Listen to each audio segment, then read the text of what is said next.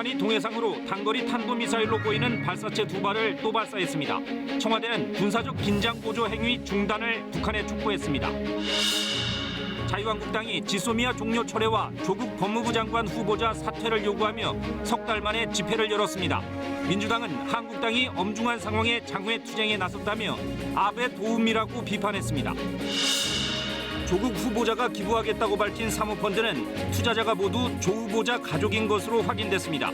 가족 펀드는 편법 증여 수단으로 활용될 수 있다는 지적이 제기됐습니다.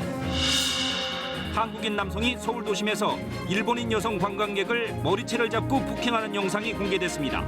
피해 여성을 조사한 경찰은 가해자 형사 처벌을 검토하고 있습니다.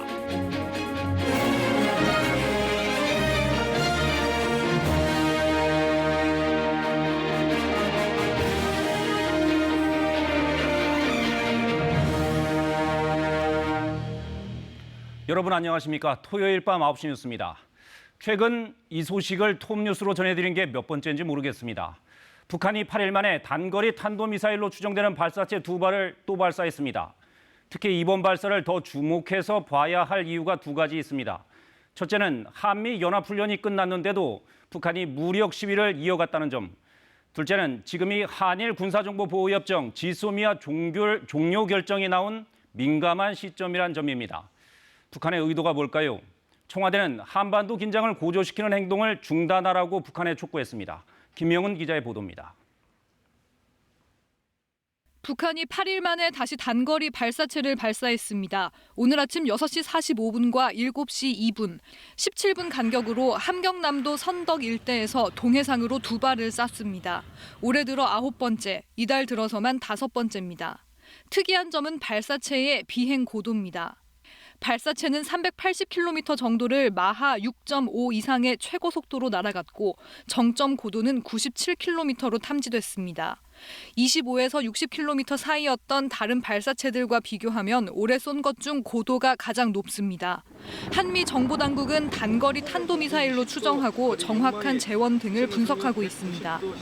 북한이 최근 선보인 신형 미사일의 최대 사거리를 측정하는 시험 발사일 것으로 보이지만 새로운 미사일일 가능성도 제기되고 있습니다.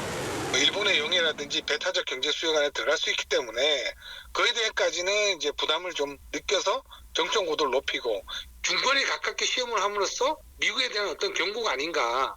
특히 북한이 무력 시위의 배경으로 거론해온 한미 연합 지휘소 훈련이 끝난 뒤에 미사일 발사를 감행했다는 점에 한미 당국은 주목하고 있습니다. 북한은 미국이 요구하는 실무 협상에는 응하지 않고 대미 비난 강도는 높이고 있습니다. 북한 관영 매체는 오늘 제재 해제와 나라의 전략적 안전을 절대로 바꾸지 않겠다며 비핵화에 대한 상응 조치로 제재 해제뿐만 아니라 안전 보장이 필수라는 점을 거듭 강조했습니다. 청와대는 국가안전보장회의 상임위원회를 열어 강한 우려를 표명하고 한반도의 군사적 긴장을 고조시키는 행동을 중단하라고 북한에 촉구했습니다. KBS 뉴스 김영은입니다. 일본은 즉각 북한의 미사일 발사 정보를 제공해달라고 우리 군에 요청했습니다.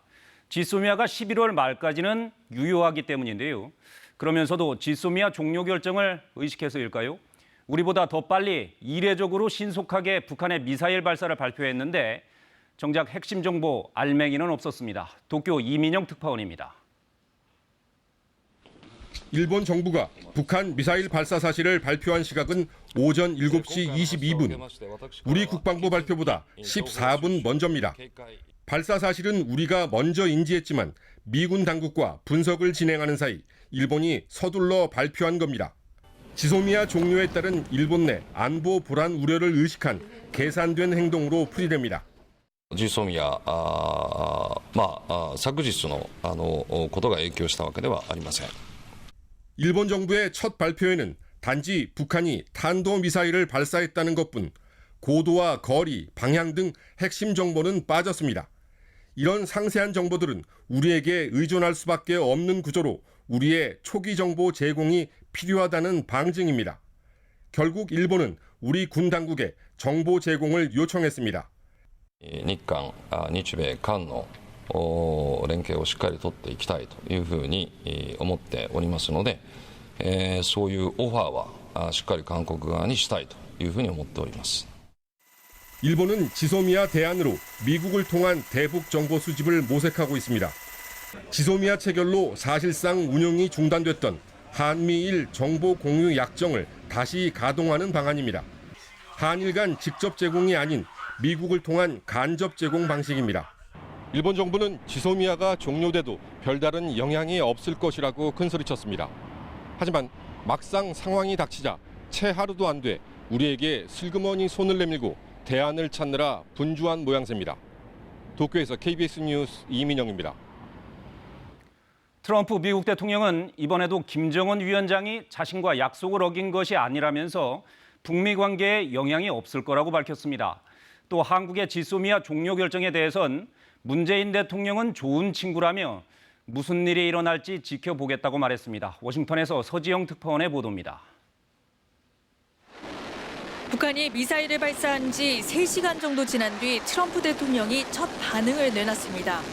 주요 7개국 정상회의 참석차 백악관을 떠나기 전 북한이 한미연합훈련이 끝났는데도 미사일을 발사했는데 신뢰를 깬 것이냐는 기자의 질문에 이렇게 답했습니다.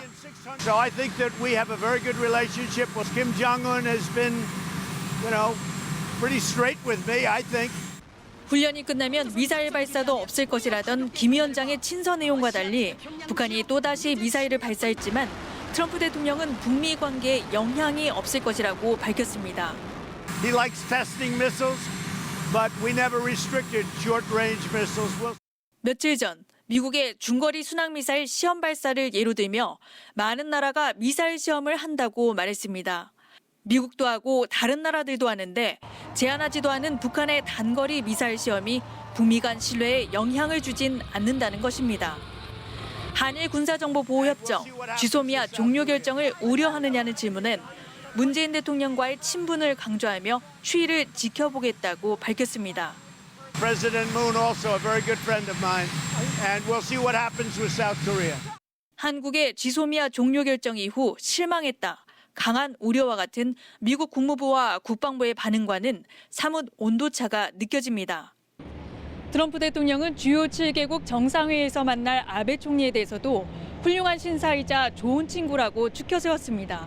따라서 지소미아 결정에 대한 반응이 어떤 맥락에서 나왔는지는 미 정상회담 이후 좀 더 분명해질 것으로 보입니다. 워싱턴에서 KBS 뉴스 서지영입니다. 그럼 여기서 청와대를 연결해 정부 입장과 대책을 알아보겠습니다. 이병도 기자, 한미연합훈련이 끝나면 북한이 미사일 발사를 중단할 거란 예상도 있었는데 청와대도 사실 그렇게 예상했던 거 아닌가요? 네, 추가 발사를 바라지는 않았지만 예상치 않았던 건 아니라는 게 청와대 반응입니다. 모든 가능성을 열어놓고 군 대비태세에 만전을 기해왔다 이렇게 밝혔습니다. 북한이 한미연합훈련뿐 아니라 F-35 스텔스 전투기 등 첨단 무기 도입을 거론하면서 우리와 미국을 계속 비난해왔고요. 신형 무기체계 완성을 위한 미사일 시험 발사를 계속해왔기 때문에 북한의 무력 시위가 끝났다 이렇게 단언할 수는 없다는 겁니다. 네, 그런데 청와대의 공식 입장을 보면 수위가 높지 않은 것 같습니다. 그럼 청와대는 북한의 미사일 발사 배경을 어떻게 보고 있습니까? 네, 북미 실무협상 재개를 앞두고 대미 압박 성격이 짙다고 보고 있습니다. 미국과의 협상에서 주도권을 확보하겠다는 전략이라는 겁니다. 특히 안전보장 문제를 주요 의제로 삼겠다는 의도로 읽고 있습니다. 지난 1, 2차 북미 정상회담을 앞두고도 북미 간 공방이 있었던 점을 고려하면 더욱 그렇다는 거고요. 북미 실무협상이 본격 시작되기 전이므로 청와대는 신중할 수밖에 없다고 설명했습니다. 문 대통령의 말 직접 들어보시겠습니다.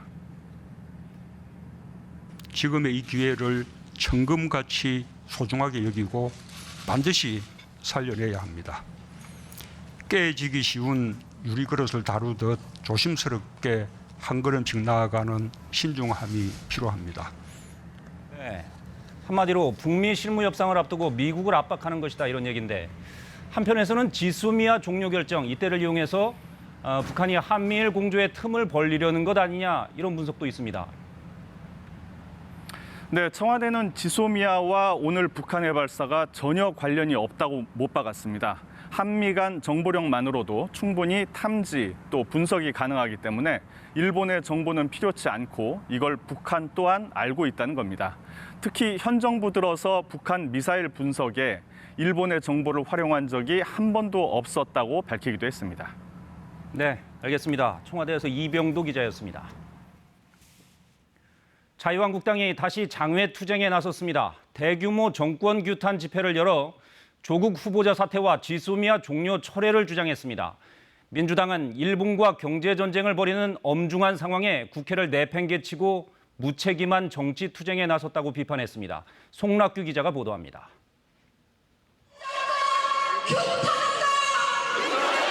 화두는 조국 법무장관 후보자였습니다. 20, 30대를 겨냥한 청년 연사들 발언이 이어졌고 저는 조국 같은 아버지가 없습니다. 그래서 저는 용이 되지 못할 것 같습니다. 꼬박 석 달 만에 황교안 대표도 장외 무대에 섰습니다. 이 정부 도대체 어떤 정부일까요? 거짓말 정권입니다. 제가 한 가지 예만 들겠습니다. 조국입니다. 황 대표와 당권 경쟁을 벌였던 김진태 의원과 오세훈 전 서울시장도 모습을 보였습니다. 지소미아 종료에 대해선 음모론을 거듭 주장했습니다. 그들의 조국을 구하기 위해서 우리의 조국을 버렸습니다. 바로 지소미아 파리 결정을 했습니다. 민주당은 가짜뉴스와 신상 털기는 그만하라며 한국당이나 자녀 관련 의혹을 해명하라고 했습니다. 황교안 대표와 나경원 원내대표가 조국 후보자 자녀와 관련된 의혹에 대해 할 말은 있습니까?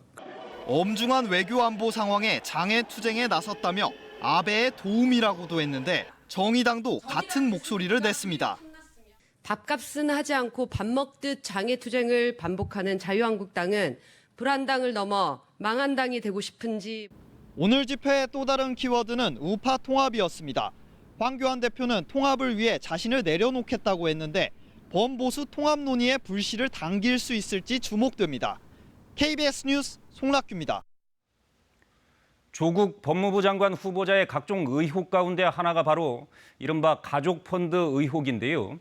결국 조 후보자가 어제 이 사모펀드를 공익법인에 기부하겠다고 밝혔지만 그래도 논란은 가라앉지 않고 있습니다. 이 사모펀드가 왜 문제이고 무엇이 쟁점인지 인사검증 취재팀 이승종 기자가 정리했습니다. 먼저 제기된 의혹은 가족펀드 여부입니다. 투자액 14억 원 중 후보자 가족 투자액은 10억 5천만 원. 나머지가 누구인지 관심이었는데 처남 가족으로 확인됐습니다. 당초 후보자 측은 확인 불가 입장이었는데 결국 가족펀드로 확인된 겁니다.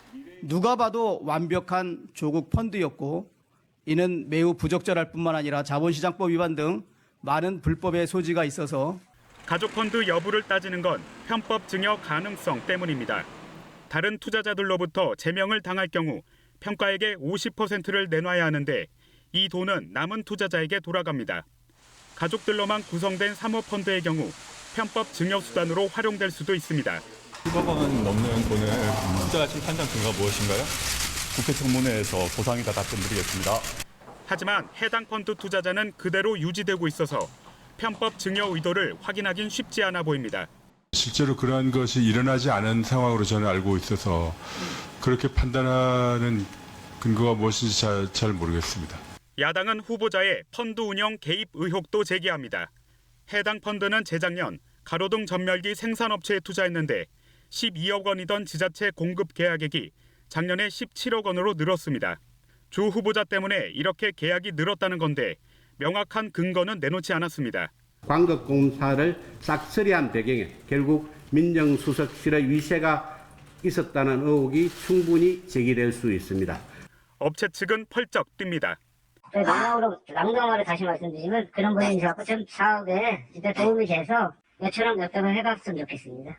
후보자 처남의 자본시장법 위반 의혹 등도 제기되고 있는데 조 후보자 측은 청문회 자리에서 모든 걸 밝히겠다고 답했습니다. KBS 뉴스 이승종입니다. 한국인 남성이 일본인 여성 관광객을 서울 도심 한복판에서 폭행하는 영상이 공개됐습니다. 가해 남성과 피해 여성을 조사한 경찰은 가해자에 대한 형사처벌을 검토하고 있습니다. 최은진 기자의 보도입니다. 한 남성이 여성들에게 욕설을 하며 계속 쫓아갑니다. 갑자기 달려들더니 한 여성의 머리채를 잡고 흔들며 넘어뜨리기까지 합니다. 피해 여성은 한국으로 여행 온 20살 일본인 관광객입니다. 논란이 커지자 경찰은 오늘 오후 가해자로 지목된 30대 초반의 남성 A씨를 불러 조사했습니다. A씨는 경찰 조사에서 일본인 여성의 머리채를 잡고 밀친 혐의는 인정했습니다. 하지만 때린 것은 아니고 SNS 사진도 조작됐다고 주장했습니다. 피해자분들한테 하실 말씀 없으세요? 그거 좀 조작된 거고요. 네. 저 폭행 한 적 없어요. 죄송합니다. 반일 감정 때문에 그러신 건가요? 그런 거 없습니다. 죄송합니다. 경찰은 폭행 피해를 당한 일본인 여성도 불러 조사했습니다. 피해 여성 측은 A씨가 먼저 같이 놀자며 말을 걸었고 이에 응하지 않자 갑자기 욕설을 했다고 했습니다. 双子の妹は韓国語一個もわからんから悪口言えることはまずできないです。男が先に悪口を言いました。 또 피해 여성은 당시 사과를 제대로 받지 못했다고 말합니다. 오해를 해서 상황을 저희 마음대로 끝내버린 거예요. 서로 사과를 하고. 근데 그 여자들은 이제 무서워서 그냥 끝냈던 거고. 동영상을 찍는 피해자의 손목을 치는 등 명백한 폭력 행위가 있었다고 주장했습니다. 경찰에 출석한 피해 여성은 A씨가 진정한 사과 없이 폭행 자체를 부인하고 있다며 엄중한 처벌을 원하고 있습니다. 경찰은 CCTV와 피해자 제출 영상을 분석한 결과 조작 가능성은 없는 걸로 보인다며 가해 남성에 대해 폭행과 모욕 혐의를 적용하는 방안을 검토하고 있습니다. KBS 뉴스 최은진입니다. 틀어진 한일 관계 속에 오늘도 서울 광화문 광장에서는 아베 정권을 규탄하는 촛불 문화제가 열렸는데요. 광장 한쪽에선 한일 양국의 평화를 바란다며 프리허그를 진행하는 일본인 청년도 있었습니다. 민정희 기자가 취재했습니다. 해가 지기 시작한 저녁, 아베 일본 총리 규탄 문구가 적힌 팻말을 들고 광장 잔디밭에 시민들이 모였습니다. 역사를 왜곡하고 경제를 침략하는 아베 정권을 규탄하기 위해 6번째 열린 촛불문화제. 시민들은 무대에 올라 일본의 강제징용에 대한 배상을 요구하거나 정부의 한일 군사정보 보호협정 종료 결정을 지지하는 등 자유 발언을 이어갔습니다. 아베 규탄 집회가 이쪽에서 이어지는 가운데 광화문 광장 다른 쪽에서는 한 일본인 청년이 팔을 벌리고 시민들을 기다리고 있습니다. 최근 악화된 한일 관계로 일본에서는 한국인들이 일본인들을 싫어하는 게 아니냐는 생각을 많이 하고 있다는 게 이번 프리허그 행사를 갖게 된 이유입니다. 日本政権に対して意見は持ってる韓国人はたくさんいるかもしれないけど、日本人を嫌ってるわけではないっていうのを証明したいと思って行動企画をしました。 민간에서 시민들 간의 좋은 관계를 이어나가 양국 정부 간에도 좋은 분위기를 고조시키고 싶다는 겁니다. 이런 마음에 많은 시민들은 공감을 표했고 특히 아베 규탄 집회에 참여하러 왔다가 포옹을 나누는 사람도 있었습니다. 사람이 미운 게 아니니까요. 일본 사람이라 해서 특별히 믿거나 그런 건 아니잖아요. 시민들끼리는 제대로 된 옳은 것에 관해서는 모든 시민이 같이 가야 한다. 냉랭한 한일 관계 속에 아베 정권에 대한 시민들의 분노는 여전했지만 양국 국민들 간의 우애가 변치 않길 바라는 마음은 서로 다르지 않았습니다. KBS 뉴스 민정입니다. 경기도 부천의 한 실내 워터파크에서 물놀이를 하던 40대 장애인이 의식을 잃은 채 발견됐는데 결국 숨졌습니다. 또 광주광역시에서 서울로 가던 수서고속철도에선 열차가 고장나 공기업 입사시험 응시생 40여 명이 시험을 치르지 못했습니다. 홍화경 기자입니다. 어제 오후 1시 반쯤 45살 황 모 씨가 이 물놀이장에서 의식을 잃은 채 발견됐습니다. 지적장애인인 황 씨는 복지센터에서 단체로 물놀이를 간 상황이었습니다. 의식이 없다고 연락을 받았어요. 의식이. 이렇게 있었어요. 아파서 있는 걸로. 300제곱미터의 풀장에 있던 인원은 80여 명 정도. 안전요원 2명이 있었지만 황 씨를 발견하지 못했습니다. 법적으로는 660제곱미터당 1명씩 배치가 되게끔 되어 있어요. 그래서 0.5명만 있으면 되는데 2명을 배치를 하는 거거든요. 경찰은 숨진 황 씨를 부검하는 한편 인솔자와 안전요원의 과실이 있었는지 조사할 방침입니다. 오늘 오전 6시 20분쯤 광주 송정역을 출발해 서울 수서역에 도착할 예정이던 SRT 열차가 고장이 나 열차 운행이 1시간 20분 지연됐습니다. 20분 정도 지연이 돼서 출발을 했고요. 정릉역 쪽에 가가지고 다시 출발을 하려다가 30분 정도 연착이 돼가지고 열차 안에는 서울교통공사 공채 시험을 보려던 수험생이 47명이나 타고 있던 상황. 이들은 결국 시험을 보지 못했습니다. 10시가 시험이었고 9시 30분까지 입시를 완료를 했어야 되는 거예요. 근데 저희 열차는 9시 40분에 도착을 했다 보니 SRT 운영사는 시험 시간 연기를 요청했지만 서울교통공사 측이 형평성을 이유로 거절했다고 밝혔습니다. KBS 뉴스 홍화경입니다. 횡단보도를 건널 때 우회전하는 차 때문에 아찔했던 경험 한 번쯤 있으실 텐데요. 교차로 보행자 사고의 17%는 우회전 차량 때문이란 조사 결과가 나왔습니다. 적색 신호일 때도 우회전을 허용하는 교통법규를 보완해야 한다는 지적이 나오고 있습니다. 김민철 기자입니다. 보행자 신호가 녹색인데도 우회전을 시도하는 차량. 그러다가 길을 건너던 보행자와 충돌합니다. 같은 상황에서 우회전하려는 또 다른 차량. 이번엔 전동 휠체어와 부딪힙니다. 모두 차량 신호등은 적색, 보행자 신호등은 녹색일 때 잠시도 멈추지 않고 우회전을 하다가 난 사고입니다. 횡단보도 앞에서는 속도를 조절을 해줘야 되는데 갑자기 이렇게 차가 오다 보니까 되게 놀라기도 하고. 우리나라 교차로 사고의 17.3%는 이 같은 우회전 차량에 의해서 발생하고 있고 이로 인한 사망자 수와 사고 건수도 다른 유형보다 크게 늘고 있습니다. 전 세계에서 적색 신호에 우회전을 허용하는 나라는 우리나라와 미국, 캐나다 정도. 그런 미국도 어린이나 노약자 등의 사고 위험이 큰 곳에선 우회전을 금지하고 있고 그렇지 않은 곳에서도 우회전을 하기 전 일시정지를 해야 합니다. You can make a right turn on a red light after making a complete stop. 반면 우리나라는 사고 예방을 위한 안전 규정이 전혀 없습니다.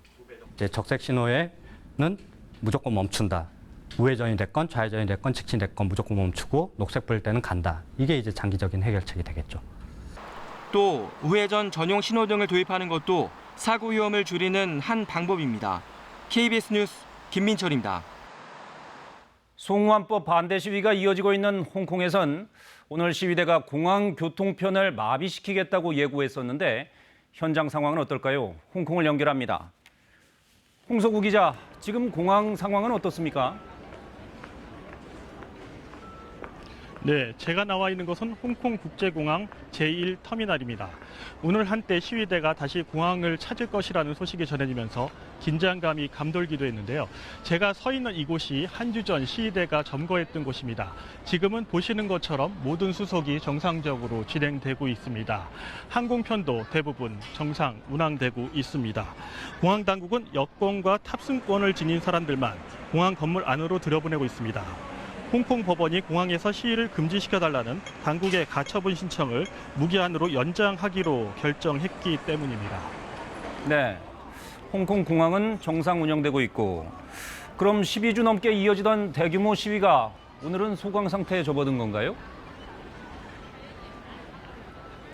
오늘도 시위는 계속됐습니다. 일부 지하철역을 중심으로 시위대와 경찰 간의 격렬한 충돌이 빚어지기도 했는데요. 구룡반도 동쪽 끝으로 쿤통이란 지역이 있습니다.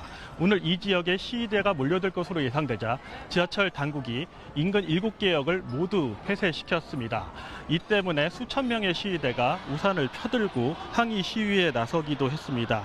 이 과정에서 진압장비로 무장한 경찰에 제지당하자 시위대는 도로에 대나무 등으로 바리케이트를 쌓고 대치하는 과정에서 충돌이 빚어지기도 했습니다. 홍콩 지하철 당국은 과격 시위로 직원과 승객 안전이 위협받는다는 이유로 법원으로부터 시위 금지 명령을 받았다고 밝혔습니다. 시위대는 송환법 완전 철폐와 경찰의 강경 진압에 대한 독립적 조사, 행정장관 직선제 실시 등 이른바 5대 요구사항을 당국이 받아들일 것을 요구하고 있지만 시위대와 당국 간의 입장차는 좁혀지지 않고 있는 상황입니다. 네, 알겠습니다. 잘 들었습니다. 홍콩에서 홍석우 기자였습니다. 미중 무역 갈등이 다시 불붙는 분위기입니다. 미국의 추가 관세 방침에 중국 정부가 미국 상품 5천여 개에 대한 보복 관세 부과를 예고했습니다. 그러자 트럼프 대통령이 곧바로 중국산에 대해 관세 폭탄으로 반격에 나섰습니다. 보복이 보복을 부르는 악순환입니다. 뉴욕 증시는 폭락했고 국제유가는 출렁였습니다. 뉴욕에서 김초로 특파원이 보도합니다. 다음 달 1일부터 750억 달러 규모의 미국산 제품에 5에서 10% 추가 관세를 부과한다. 중국 국무원 관세세칙위원회가 미국 상품 추가 관세 계획을 발표한 이유는 미국의 추가 관세 부과 방침에 대한 보복 차원입니다. 추가 관세 부과 대상은 미국산 원유와 대두 등 5천여 개 품목에 이릅니다. 미국산 자동차와 자동차 부품도 관세 면제 대상에서 제외시켰습니다. 트럼프 미국 대통령은 관세 폭탄으로 곧바로 반격했습니다. 다음 달 1일부터 3천억 달러어치의 중국산 수입품에 부과하기로 한 10% 관세를 15%로 높인다는 겁니다. 이미 25% 관세를 부과하고 있는 2,500억 달러 규모의 중국 제품에도 10월 1일부터 관세율을 30%로 올리겠다는 입장도 밝혔습니다. 앞서 트럼프 대통령은 트위터를 통해 우리는 중국이 필요 없다, 대응할 것이라고 밝혀 미국 정부의 초강력 보복 조치를 예고했습니다. 중국이 매년 수천억 달러의 미국 지적 재산을 훔쳤고 계속하길 원한다면 그런 일이 일어나도록 놔두지 않을 것이라는 언급도 했습니다. They've been hitting us for many years for over $500 billion a year, taking out of our country. 격화되는 미중 무역 갈등이 커다란 악재가 돼 뉴욕 증시 3대 지수는 2에서 3% 폭락했고 국제유가 역시 서부 텍사스산 원유가 2% 넘게 떨어지는 등 출렁였습니다. 미국과 중국이 관세율 인상 난타전을 벌이면서 다음 달 워싱턴 미중 고위급 협상 재개도 예측 불가능한 상황입니다. 그만큼 글로벌 경기 둔화의 그림자가 더욱 짙어지고 있습니다. 뉴욕에서 KBS 뉴스 김초로입니다. 우리나라 철도의 대부분은 일제강점기 때 건설됐기 때문에 좌측 통행으로 운영됩니다. 반면 비교적 최근에 개통된 지하철의 경우 우측으로 다니는데요. 그렇다면 좌측 통행인 철도와 우측 통행인 지하철이 서로 만나는 구간은 어떻게 해결할까요? 노태영 기자의 보도입니다. 서울 지하철 4호선 선바위역. 남태령 방향으로 가다 보면 열차 조명이 잠시 꺼집니다. 4호선을 함께 운영하는 코레일과 서울교통공사의 전력 공급 방식이 달라 생기는 현상입니다. 전력만 바뀌는 게 아닙니다. 좌측 통행인 코레일 열차가 우측 통행이 원칙인 서울 지하철 구간으로 들어오면서 좌우 진행 방향도 달라집니다. 두 역 사이 지하 선로를 X자로 교차하게 만들어 좌우 진행 방향이 바뀌도록 한 겁니다. 선로를 꽈배기처럼 꼬아놨다고 해서 꽈배기 굴이라고도 불립니다. 예, 이곳 선바위역에서 남태령 방향으로 열차를 탈 때 보시는 것처럼 반대편 차로는 제 오른쪽 방향에 위치해 있습니다. 네, 그런데 지금 막상 이곳 남태령역에 도착해 보면은 반대쪽 방향, 그러니까 하행선 방향이 제 왼쪽에 위치해 있습니다. 어느새 좌우가 바뀐 겁니다. 전 세계적으로도 드문 경우인데 이렇다 보니 꽈배기굴 구간은 개통 때부터 문제였습니다. 당시 국회 회의록을 보면 X자로 꼬아서 터널 공사를 해야 했으며 엄청난 예산 낭비를 초래했다고 돼 있습니다. 일제의 잔재인 철도 방향을 이제 와서 우측 통행으로 바꾸려면 수조 원이 들어갑니다. 불편을 느끼거나 실제로 그렇게 운영되는 것조차도 인지를 못하고 자리 잡은 건데 그걸 애써 바꾼다고 한다면 이거는 엄청난 예산이 필요할 수도 있고요. 2010년 보행자 통행 방식을 우측으로 바꾸면서도 철도만 여전히 좌측 통행으로 남겨놓은 이유입니다. KBS 뉴스 노태영입니다. 격일제로 근무하는 버스 기사가 한 달에 15일을 초과해 근무하면 연장 근로 수당뿐 아니라 휴일 근로 수당도 함께 지급해야 한다는 대법원 판결이 나왔습니다. 대법원 일부는 통영교통 버스기사 등이 회사를 상대로 낸 임금 청구 소송 상고심에서 이같이 판결하고 사건을 부산고법으로 돌려보냈습니다. 어제 저녁 강원도 원주시 태장동에 있는 아파트에서 40대 외국인 근로자가 함께 살던 30대 동료 외국인 2명을 둔기로 때려 숨지게 했습니다. 이들은 용접일 등을 하며 아파트에 같이 살고 있었는데 경찰은 용의자를 상대로 구체적인 범행 동기 등을 조사하고 있습니다. 지난 19일 새벽 전북 전주에서 일어난 여인숙 방화 사건의 피의자 62살 김모 씨가 오늘 구속됐습니다. 김 씨는 여인숙의 불을 질러 투숙객 등 3명을 숨지게 한 혐의를 받고 있는데 김 씨는 오늘 영장 실질 심사를 받기 위해 전주지방법원에 출석하던 중 취재진을 향해 자신에겐 죄가 없다고 주장하기도 했습니다. 지구의 허파로 불리는 브라질 아마존에서 난 불이 3주 넘게 확산되고 있습니다. 난개발 탓에 불이 났다는 유럽 일부 국가의 비판 속에 브라질 정부는 미국에 긴급 지원을 요청했습니다. 상파울루에서 이재환 특파원이 보도합니다. 브라질 북서쪽 아마존 열대림에서 연기가 솟구칩니다. 불길은 수그러들 기미를 보이지 않습니다. 지구의 허파로 불리는 아마존에서 3주 넘게 산불이 확산되고 있는 겁니다. Tanto bichinho que não morre, cara, aí ó, no meio do fogo queimada. Injação, viu? Queima a floresta, o mato vai todo pro pau. 아마존 곳곳에서 발생한 불이 번지면서 퍼져나간 연기를 우주에서도 확인할 수 있을 정도입니다.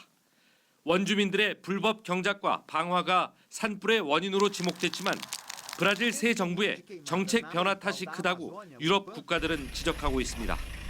보소나루 대통령은 아마존 보호 정책이 국토 개발을 지연했다고 주장하며 개발을 지지해 환경단체와 대립하고 있습니다.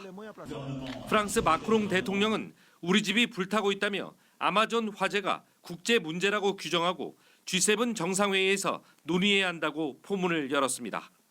다른 유럽 국가들도 남미 공동시장과 체결한 FTA 중단 가능성과 브라질산 쇠고기 수입 금지 등으로 압박에 나섰습니다. 브라질 대통령은 이는 주권 침해이자 아마존을 정치적으로 이용하려 한다고 맞서며 화재 진압에 군을 동원하기로 했습니다. 미국도 지원 요청에 화답해 진화 작업을 돕기로 했습니다. Não contribui para resolver o problema e se prestam apenas ao uso político e à desinformação. 브라질과 세계 주요 도시에서는 아마존 보호를 촉구하는 시위가 잇따르고 있습니다. 정부의 아마존 환경 정책을 반대하는 이 같은 시위는 브라질 40여 개 도시에서 동시에 열렸습니다. 상파울루에서 KBS 뉴스 이재환입니다.